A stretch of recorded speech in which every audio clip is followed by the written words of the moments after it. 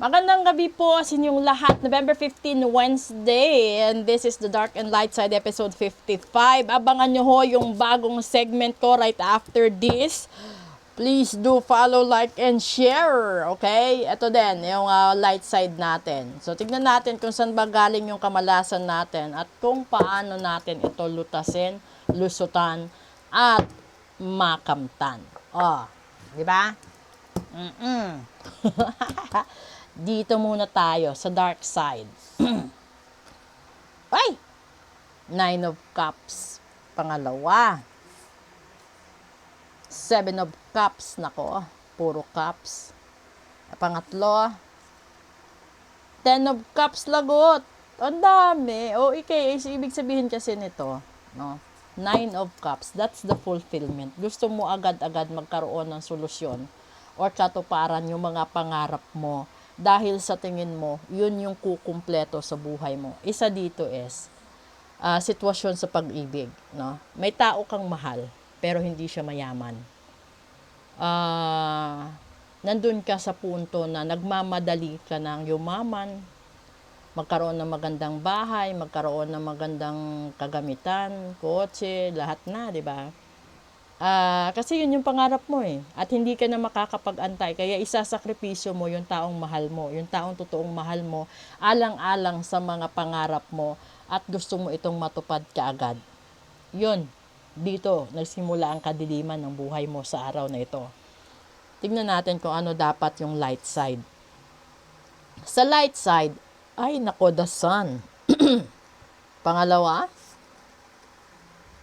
Seven of Swords.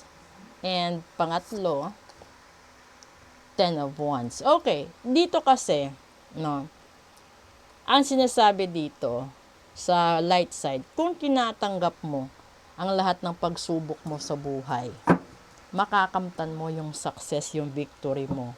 Malulusutan mo lahat ng problema mo, no?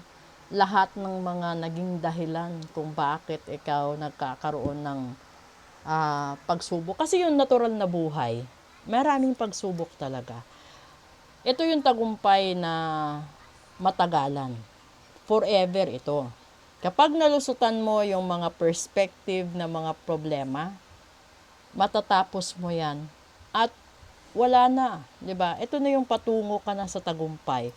Ito na yung punto na habang buhay, magre-relax ka na.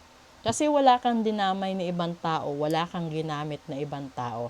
Dito kasi sa dark side, kalimitan, may ginamit ka. So yung ginawa mo para malusutan mo yung kahirapan, it's either sumugal ka sa isang may edad na tao para sustentuhan ka at sustentuhan pamilya mo.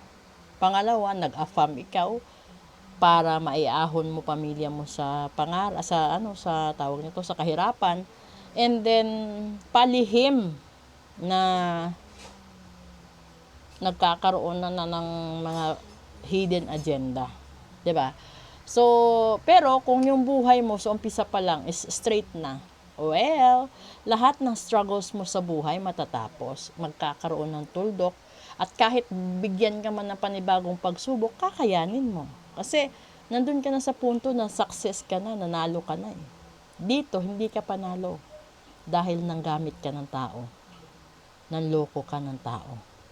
Niloko mo din sarili mo. Dahil sinasabi mo sa taong ito, mahal mo siya. Pero ang alam mo, ang totoo niyan, iba ang mahal mo. So, kaya minsan hindi ka nakakatulog ng mahimbing. Hindi ka nakaka-focus dahil diyan sa lihim mo. Dahil sa tinatago mo. Dahil sa kinikimkim mong totoong damdamin. Okay? So, proceed tayo sa bagong segment ko dito. Maraming salamat po. At ito na po yung gusto ninyo. Abangan nyo right after this.